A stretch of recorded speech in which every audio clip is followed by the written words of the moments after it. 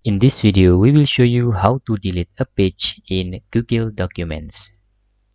To delete a page in Google Documents, we must using delete button rather than using backspace button on our keyboard. For example, in here, we have page with number 4.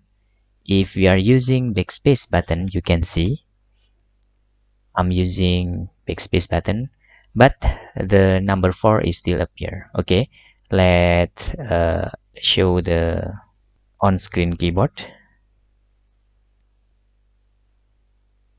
Okay, let me show you when we are using the backspace button in here.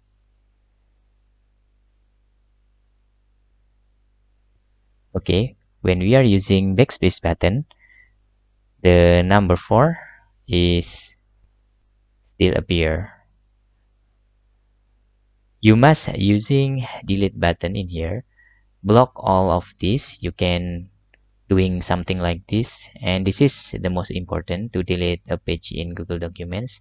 When you click the delete button, the page in number 4 will delete it. Okay, now you can see when I scroll the page, the number 4 already gone.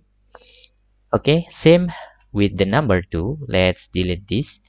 Okay, I will delete this with doing something like this and click delete button, not the backspace button.